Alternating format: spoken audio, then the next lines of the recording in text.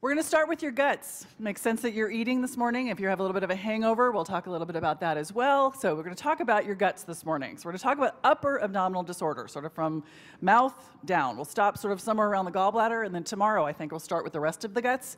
But we'll start with the top. So let's start basically with esophageal foreign bodies. We see a lot of these in the emergency department, and they tend to stop in 4 places. They tend to stop up at the cricopharyngeus muscle, which is where kids get things stuck, so sort of up here in the neck. Then they stick at the arch of the aorta and the bifurcation of the trachea, and then down at the lower esophageal sphincter. Then adults, it tends to be lower. In kids, it tends to be higher, and people tend to be able to tell you where it is. If they say it's stuck right there, it's often stuck right there. It's actually stuck right around the arch of the aorta. This is a very, very common problem that we see, and the first thing to do is to take a look in there and see if you can see it. Sometimes they will have just eaten, oh, I don't know, some fish. And this happened recently. They had some fish, they opened their mouth, so those little fish bones sticking out of their tonsil, grab bayonet forceps, done. It was out of there. So the first thing you need to do is just take a look and see if it's something you can get out of there just by directly looking. If not, then you have a little bit of a dilemma. This is all separate from their airway is a patent. This is assuming the airway is patent. In most cases it is. Every once in a while it's not, but in most cases it is. We actually had a case of a kid who obstructed his airway. He was only 18 months old, and mom and dad were barbecuing and fed him steak. A big, ginormous piece of steak. A huge piece of steak in an 18-month-old esophagus squishes his trachea and occludes his airway. He ended up getting a slash tracheostomy, and he survived barely, but he was a very sick kid. So things that get stuck in the esophagus can occlude the airway, but it's extraordinarily uncommon. If it doesn't occlude the airway, if you can't see it when you look in there, now the next thing to do is decide, is this something radioopaque or radiolucent? So if it's their dentures, like in this picture, somebody swallows a partial plate, that will show up on a plain film. So you can go ahead and, if it's something that's radioopaque, we have a fork swallower. We have a psych patient that's a fork swallower. She swallows forks on a regular basis, and frequently you'll see it in there. You'll have her open her mouth, and there'll be these 4 tines kind of sticking up back here. So that definitely is something radioopaque. A plain film will show that and show where it is. That makes it easy. What's harder is to decide what to do if it's something that's radiolucent. Is it a piece of meat? Is it something like a fish bone? Is it something that won't show? Is it a piece of cloth? Something that won't show up on an X-ray? Because then you're kind of in a dilemma. In those cases, it's not unreasonable to consider a non-contrast CT if they're having significant discomfort. If it's something like a fish bone, where it hurts a little bit when they swallow, but maybe it's moving a little bit, you can try something like viscous lidocaine, see if the pain goes away, and if they're really comfortable, you may not need to do anything at all. They may have just scratched their esophagus on the way down, it just is a little bit uncomfortable, and that sort of just ends up being a judgment call. You don't have to do too much with some people. Most of the time, you don't have to do any crazy imaging. If it's impacted, though, now you're in trouble. And this tends to happen in older people. So older people will have that big chunk of steak, swallow it, and it gets stuck. And often it gets stuck because there's pathology down there. It's an older person. They actually have something like a stricture or, God forbid, like a cancer that's causing it to get stuck. Often they feel really panicky because all of it gets impacted. It won't go anywhere. So all of the saliva has to come up this direction, and they feel like they're choking, feel like they may aspirate. So often you need to sort of calm those people down, and to get that thing out of there, have them sit up, spit out the saliva, and often you have to do endoscopic retrieval on these things. They have to have the GI person come in. If you can't get the thing to move, we'll talk about how in a second, you may need to actually have the GI folks come in. Now, plain films and CT, basically, as far as the esophageal foreign bodies are concerned, endoscopy is recommended if you can't figure out where it is and they're having evidence of impaction. Otherwise, even if you can get the thing to go, you do the things we're going to talk about on the next slide, people that get food impactions need to get referred to a gastroenterologist. It's usually something wrong with their esophagus, and you need to get them referred so that they can actually figure out why. Most food, think about what you eat every day. It goes down virtually no matter what you swallow. If it gets stuck, something's not right. So they need to get referred to an endoscopist. Now, how can you get them to go down? Oh, let me back up a sec. There's lots of treatment in the literature that I have to tell you, when it's studied, the data is not great. Although I think cumulatively in this audience, we've had some success with some of the things on this slide. For instance, glucagon, which is something that we give, which I will tell you will not work in children, because remember, children get stuck up here. What glucagon does is takes the lower esophageal sphincter and relaxes it. So if it's stuck here, it's not going to do anything if you give glucagon. All it's going to do is make them flush and vomit, which is what glucagon, giving it IV, can do. But it sometimes will help somebody who has a lower esophageal sphincter or something stuck. So it's something to consider. Again, remember, it can make people flushed and sick to their stomach, so that's one of the downsides to glucagon. But you can use it. The other thing to consider And you've probably done this to yourself, not even knowing it. You kind of feel like something's stuck. You take a slug of Coca-Cola or a slug of beer, something that has effervescence to it, makes you kind of burp, makes that esophagus distend a little bit, and sometimes what you can do is have the thing go down. There's products that are available on this too. It's cheaper to go out to your vending machine, get a can of Diet Coke or a can of something, and have the person chug a little bit of that. That effervescence, that carbonation, distends the esophagus and theoretically helps the foreign body pass. Now again, both of these interventions, when studied, haven't had great success, but I think on just a case-by-case basis, especially if you're gonna have to call it an endoscopist at some point, it's worth going through some of these to see if you can get it to work, to try to get the foreign body to pass. Sometimes the patients are really wild and crazy because they really feel uncomfortable and sedation's in order, but not that often. Often you can just talk them through. Now, one special case, actually there's another special case we'll talk about as well, is button batteries. Button batteries are in everything. They're in your cell phone, they're in your laser pointer, they're in this thing, they're in everything, they're in hearing aids. And if a child swallows, anybody swallows those, and they get stuck in their esophagus, they will burn right through in as short as 24 hours. So esophageal button batteries are a big deal. So say you get, Johnny's brought in because Johnny swallowed something that was on the floor, you get an x-ray and it looks like 2 little wafers. Well, those 2 little wafers are actually a button battery that's got to come out of there. Now, if it's gone into Johnny's stomach, you're home free. Most of those, even the bigger ones, the sort of ones that are about the size of a quarter, will pass, and they'll usually pass within 48 hours. So if you have a button battery that has made it past the lower esophageal sphincter and it's into the stomach, you're fine. Okay, you can take serial x-rays if you wanted to make sure it's going through. You can torture the parents and have them sort through whatever's coming out of Johnny for the next couple of days. But the reality is most of those will pass. If it's in the esophagus, big trouble. Now I'll tell you the other thing, it's not on this slide, but the other thing that's killing kids these days are little tiny magnets.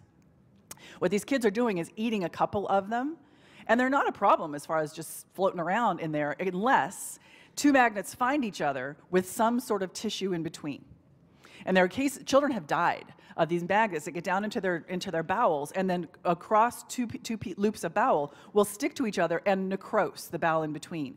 So if you have any concern that they may have ingested a magnet, that's a different story. Okay, 1 magnet is fine. 1 magnet, more than 1 magnet, or 1 magnet plus metal, not fine. Okay, that is a big deal, and that's something to kind of keep track of. If you're unsure, get an x-ray, and if you're really not sure, have the parents sort of look around and see if there's anything they could have gotten into, because those little magnets are in everything these days, absolutely everything. All right, your esophagus, as you're kind of going down there, the things you can do to your esophagus. Esophagitis is relatively common. It happens with GERD. People get true, honest-to-goodness esophagitis, and it causes substernal chest discomfort. It isn't always burning substernal chest discomfort. Sometimes it's achy. Sometimes it's pressure-like. You have to be careful with this because esophagitis and cardiac disorders are things you should think about sort of in the same synapse. They should be sort of the same. And I will tell you, if you treat esophagitis with a GI cocktail, or what you think is esophagitis, with a GI cocktail, and they get better, that doesn't mean it's not cardiac. It turns out that the GI cocktail is lovely for symptoms and terrible for diagnosis. Great to make them feel better, shouldn't change your mind 1 iota as far as worrying about things like, could it still be cardiac? So don't use that as a differentiator for you. You'll get in trouble, I guarantee it. But it does help people with esophagitis feel better. It can also make people with cardiac disease feel better. So be a little bit careful with that. But esophagitis is basically you are burning up your esophagus, usually from acid reflux, which is often coming from your stomach. So you have somebody who has gastritis, which is the same process, now just down in your stomach. So you've taken the Motrin for your hangover from drinking too much in Las Vegas for 3 days during the course. Well, now you have a gastritis. You have burning epigastric pain, which often, again, can look like cardiac pain. It can look like sometimes like gallbladder pain. The key to this, again, is you can go ahead and treat it with something like a GI cocktail, but keep your mind open. Okay, keep your mind open to this. They may have nausea, vomiting. Cardiac disease can have nausea and vomiting. So be a little careful with the gastritis, esophagitis diagnoses. Make sure you think about cardiac disease and then discard that thought or test appropriately, depending how worried you are about it. But the therapy for this is pretty basic stuff. And you can send them home with something like a PPI, that's fine. Treat them with something like a GI cocktail in ED, it's fine. And these people often need follow-up and make sure they're not taking the Motrin or something that will disturb their stomach and make things worse. So that's your gastritis. Now, vomiting is a big deal. Vomiting it's interesting. If you take a list of things, what are the top 10 things you hate in the world, the top 3 things you hate in the world? In the top 3 are usually things like heights or spiders, or the number 13. Those are often in the top 3. Speaking in front of people, That's usually one of the top 3, things I hate, things that terrify me. And one of the top 3 across the board is nausea and vomiting. People don't like to barf. It's just horrendous. Our job is twofold when somebody comes in and they're barfing. Our job, one, is to make them stop barfing. Okay, and we can do that. We have plenty of drugs that do that. Some have side effects, some don't, but they work beautifully. And if you're an ondansetron person, which most people are these days, that's fine. Know that 4 milligrams, which is what we often grab, if it's not working, give it again. Chemo patients get 32 milligrams of ondansetron before they get major chemo. You have a big window there to use as far as doses are concerned. So 4 milligrams is fine. If it works, great. If it doesn't, give it again. Give some more. It's actually fine to give bigger doses. Our job is to make them better. That's one. The other is, why are they throwing up? What is the problem there? Is it a gastric? Is it an obstruction? Is it an intracranial pressure problem? Is it a glaucoma? There's a lot of, is that they pregnant? There's a lot of things that can cause vomiting. So our job is to know all the things that can cause it so we can sort of get ourselves in the right place as far as diagnosing it and treat it. So give something up front to treat it, because truly vomiting is everybody's worst. You can hear it in the waiting room. It's like, oh my God, really? It's like you want to go out there and give them ondansetron in the waiting room so that they feel better. Hematemesis, GI bleeding is a big problem. And GI bleeding, for those of us in the emergency department, you get a little bit blasé. Oh, here's somebody who says they vomited a little blood at home, and oh, they're trace guac positive from below. Yeah, whatever. And then somebody comes in who is basically barfing the Red Sea, where it is just the most unbelievable hematemesis you've ever seen. Barfing from blood from above, hematemesis, is virtually always an upper GI source. And it can be anything from the esophagus with varices, which really can be unbelievably voluminous, to ulcer disease. It can be gastritis. It can be Mallory-Weiss tears. A lot of things can cause upper barfing blood. Okay, that's hematemesis. Hematochezia is where they're pooping red stool. It isn't necessarily bright red. It can be kind of a maroon red, and that's usually a lower source, but it can be a super rapid upper GI bleed. So somebody who's really, really bleeding from above, your transit time, if you were right now to have a little, each of us were to have a little teeny tiny GI bleed, I should be guaiac positive between 4 and 8 hours from now. That's a normal transit time. So it's just a little tiny bleed. It's going to get itself down there in 4 to 8 hours. And if I'm eating normally, it's usually gone in 24 hours. I've pooped out all that little bleed that has stopped. If I'm now bleeding a lot, though, it's an irritant to my stomach, it's an irritant to my GI tract to have blood in there, so it wants to get rid of it. So it's not unreasonable to have dark red blood coming from below if it's massive from above. If it's bright red from below, it's virtually always lower GI. Okay, so that's the bright red from, now tarry stools are virtually always upper GI. Interestingly, you get tarry stools because you digest the blood that you've had from above. You need acid to do that. If you're on a PPI, you may not get as tarry of a stool with an upper GI bleed as somebody else might who isn't on a PPI. So if your acid in your stomach if your pH in your stomach is 6, 5 instead of 1, which is what yours is right now, it's 1. It's in there digesting all this lovely food and coffee that you've had this morning. If it's higher than that, you may not get the tarry stools because you need to have that acid to break down the cells, the red cells, to make that tar at the other end. Now, we talked about esophageal, anything from all the way down, this can be a bleed. And as far as this sort of early physician involvement is advisable line in here is not meant to be get a doctor in there. It's meant to get all hands on deck. If you have somebody with a really bad bleed, this is literally get any nurse you have around. You get all hands on deck. It's 2 lines if you need it. It is both lines going with normal saline. It is getting blood as soon as possible because these people can exsanguinate and die right in front of you. It's remarkably dramatic. It's incredible. So if they're unstable, okay, if they're unstable, you're going to transfuse the heck out of it. If they're sort of stable, then you can kind of take your time. But if they're not, you've got to really get all hands on deck. In the somewhat stable person, or the person who has a history of I threw up blood yesterday, they're guaiac positive today, okay, maybe they had a little bleed. H2 blockers are fine. They work okay. You can use PPIs if you want to. The reality is in any acute bleed, there's really no data that says these work. Okay, for us in the emergency setting. Once the patient's up in the ICU or up on the ward, it turns out that the guidelines that the gastroenterologists have to follow say put them on them at some point. But for us in the emergency department, although we often order it, I'll tell you the data says it doesn't change much acutely for us. It does make a difference down the line, perhaps, for upstairs, but it doesn't make any difference for us. So if you do it, it's fine. Just don't expect it to be magic, because it won't. Our job is to stem the tide. Our job is to stabilize and resuscitate the patient. That's what we do. Upstairs, they figure out why they did it and get them to stop. It'll get them to continue to stop. Now, should you put an NG down? If you NG tubes, on the list of medical things that people hate, it's number one. Number one. When I was in medical school, I'm old. When I was in medical school, we practiced things on each other in my med school class, and this was one of them. Unbelievably uncomfortable to have a relatively cold, somewhat stiff plastic tube shoved up your nose and then make you gag on the way down and then down into your stomach. It's horrendous. Do you need it for people with GI bleeds? The reality is no. There is some really great literature out there that says if they barf it in front of you, what do you need it for? If they have black tarry stools, they bled significantly in the last 24 hours for sure. If they're unstable, they're bleeding a lot, so I don't really need a tube. I know that because they're unstable. It turns out it's not terribly helpful to get an NG tube. That being said, a lot of our consultants want to know, is it bright red? Can you please clean out the stomach and wash it out for me while I bring my little pristine self in so I can do my endoscopy? The reality is that ends up more of a sort of an art with your consultant thing than a true medical necessity. Now, back in the day, when people were really bleeding, we used to put Ewalds down people to wash them out. I will tell you, having been on the receiving end of a resident putting down an Ewald, and I happened to be just in the line of fire as the guy went, "Ugh!" And it was sort of like a fire, it was sort of the slow motion, fire hose, blood, all over me. Not a good thing. So all the way around, it's just not a great idea to have anything down there. So endoscopy may be needed if they're emergently sick. You may need to actually do that. Now, sometimes you need to give them tons of blood. If they're unstable and you have no idea what their blood type is, O is what is called for. Positive in men, O negative in women of childbearing age. That being said, you'd really like to get type-specific blood. They can get a blood type pretty quickly. They can't get across that fast, but they can get a type. You are A positive, so you can at least pull A positive for those people.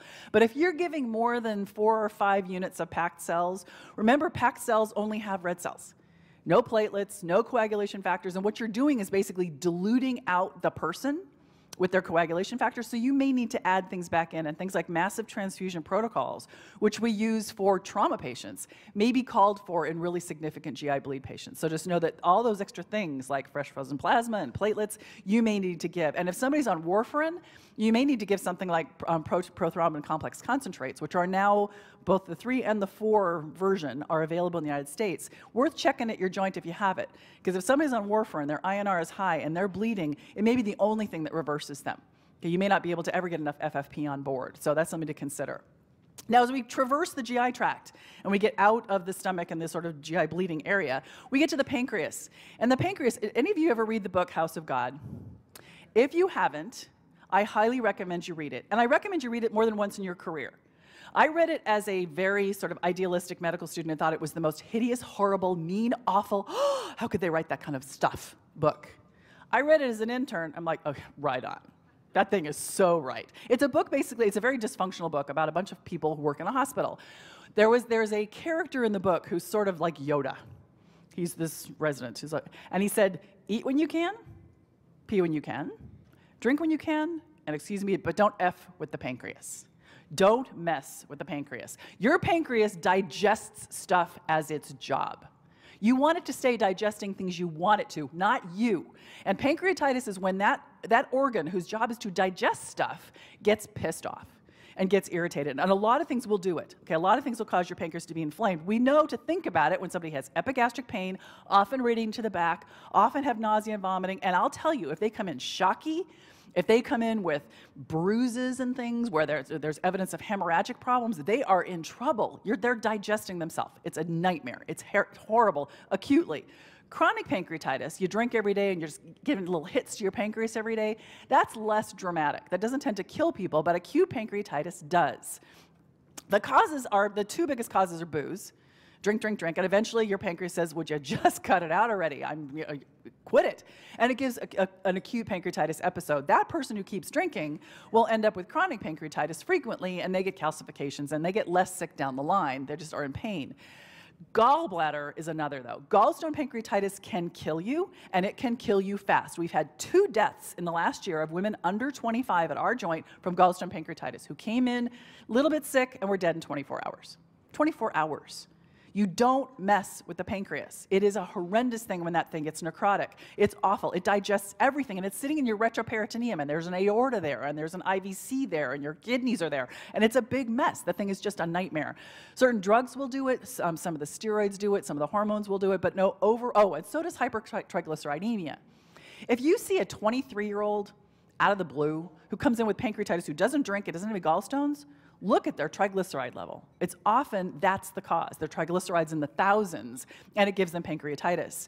The best way to really confirm that, as far as imaging is concerned, is to get a CT scan. That's the best way to actually confirm it. Lab-wise, it's a lipase. It is not an amylase. I guarantee if you were out drinking last night, which I'm sure none of you were because you were all studying, but if you were out drinking last night, your amylase is up today. But it's your salivary amylase. It's not your pancreas. Yeah, I have amylase in my ovaries. Okay, amylase is all over the place in your body. Lipase is in your pancreas. Now you may have a little bit of elevation in your lipase today if you drank last night. But if it is 3 times the upper limit of normal or higher, and you have symptoms that go with it, that is very specific to your pancreas. That is indicative of pancreatitis. So if it's just a little elevated, nah, not so much. But if it's 3 times the upper limit of normal, it's coming from an irritated pancreas. It doesn't like it. You want to check LFTs, because remember that things like gallstones are so common, so is alcohol, so LFTs are indicated. And again, CT is sort of the confirmatory imaging study if you need to do that. The key to acute pancreatitis is fluids, fluids, fluids, fluids, and pain control.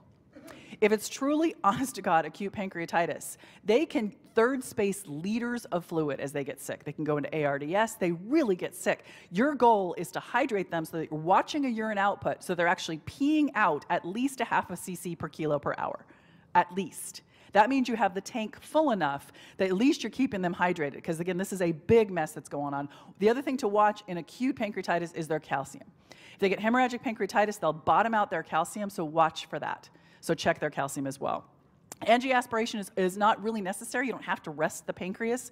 Some people still ask for it when you admit them. It isn't absolutely necessary, so that you don't have to do. And NPO is actually useful. You really don't want to stress that pancreas out. Now, Ranson, the famous Ranson here, basically had criteria that initially were developed as a 48-hour prognosticator. They were reworked to try to help us up front at admission. And these are the things that will tell you somebody might be really sick with their acute episode of pancreatitis. Things like how old are they, what's their white count, what do their transaminases look like, their sugar. Okay, if their sugar is high, that is a significant risk for them to have bad pancreatitis because their islet cells aren't working well then. So the whole thing, both the exocrine gland and the endocrine gland now are completely trashed. So they're in big trouble. So the more of those that are present, the worse they are, and it's worth just making a note of them. Some EMRs actually have them as tick boxes that are part of the record, so you can use those. On your exam, you may see these things. And if you see this, Gray-Turner sign or Cullen sign, and basically what you're looking for are bruises. You're looking for bruises you wouldn't expect in the flanks. You're looking for bruises you wouldn't expect around the belly button. Billy talked about it yesterday when he was up here talking about vital signs and exams. It's like, whoa, what is that?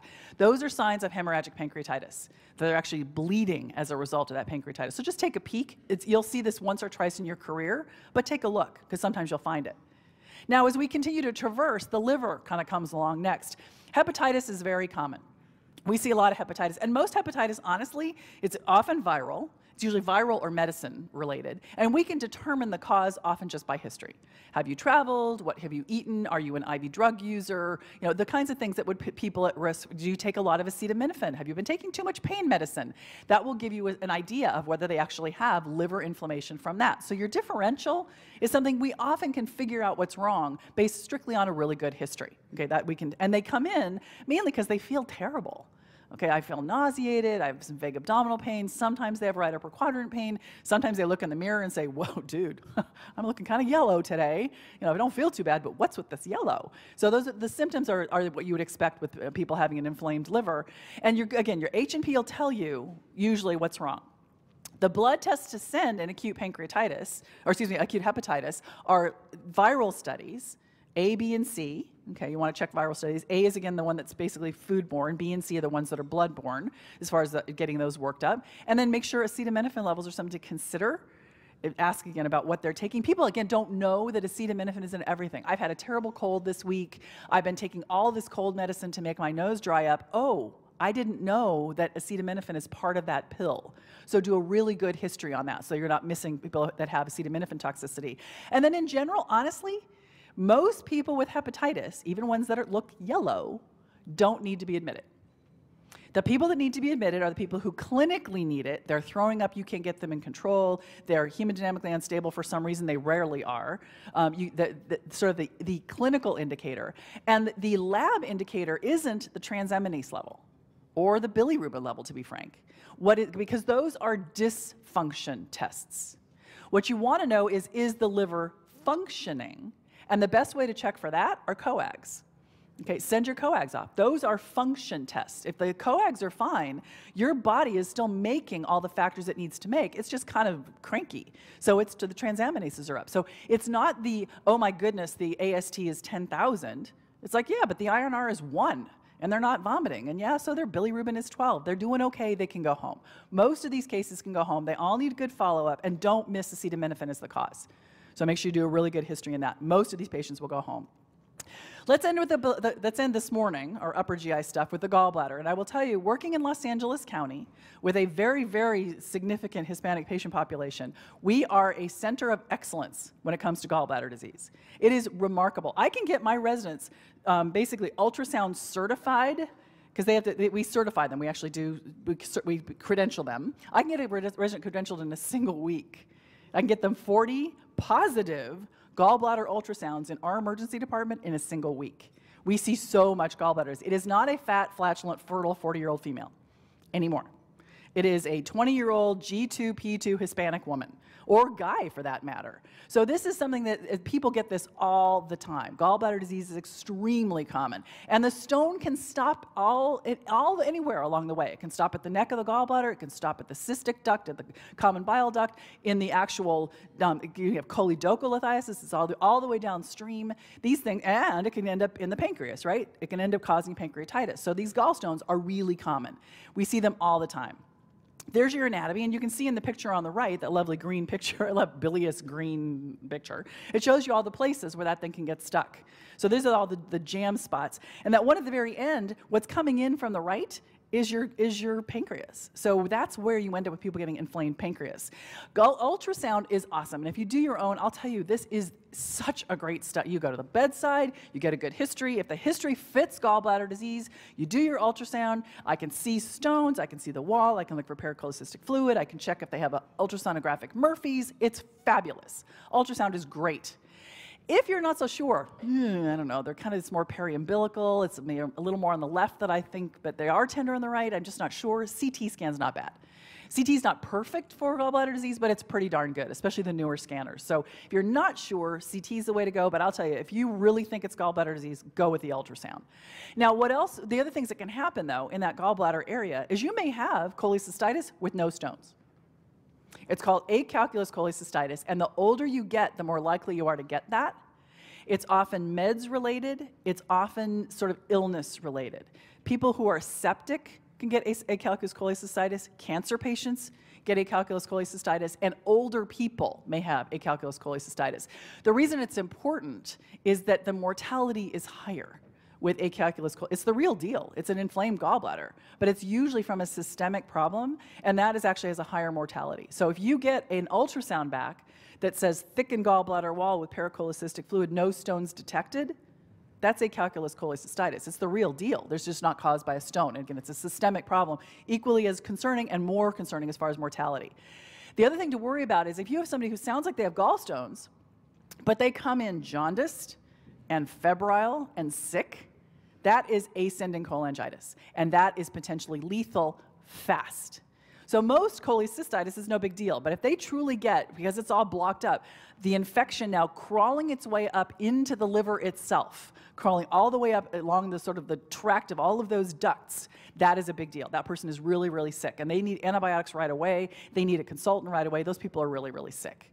Now, overall, biliary, if it's just painful gallbladder disease, our poor patients. We have so many people with gallbladder disease in our department. Our surgeons are experts at lap choles. They're really, really good. The problem is that the line to get into the OR is tremendous. So if somebody gets admitted to our hospital and they're not sick with their gallbladder disease, it's just they have painful stones, they need their gallbladder out. They can, we call it the Harbor Diet Plan, because they get put NPO as they get admitted, and then they wait days. And you never know when they might go to the OR. Sometimes it's 2 in the morning, sometimes it's 2 in the afternoon. So they'll wait days. Sometimes they're put on TPN, for God's sake, but they are, waiting for their gallbladders to be taken out. The reality is, if someone just has painful gallbladder disease, you get their pain controlled, you get their nausea and vomiting controlled, otherwise their labs are good, they're not febrile, they're just miserable. If you can make them feel better, they can go home. If they're sick, if they have true Murphy sign and their white count is up and their fever, all the things that make them sicker, they come into the hospital and they get antibiotics. They may or may not get urgent surgery. That's the surgeon's decision, and there's all kinds of changes on the front as far as how they approach this. But just know for us, the sicker they are, they stay. If you can get them controlled, they can go home. That's your upper GI tract. We're done with that. I'm not sure who's next, but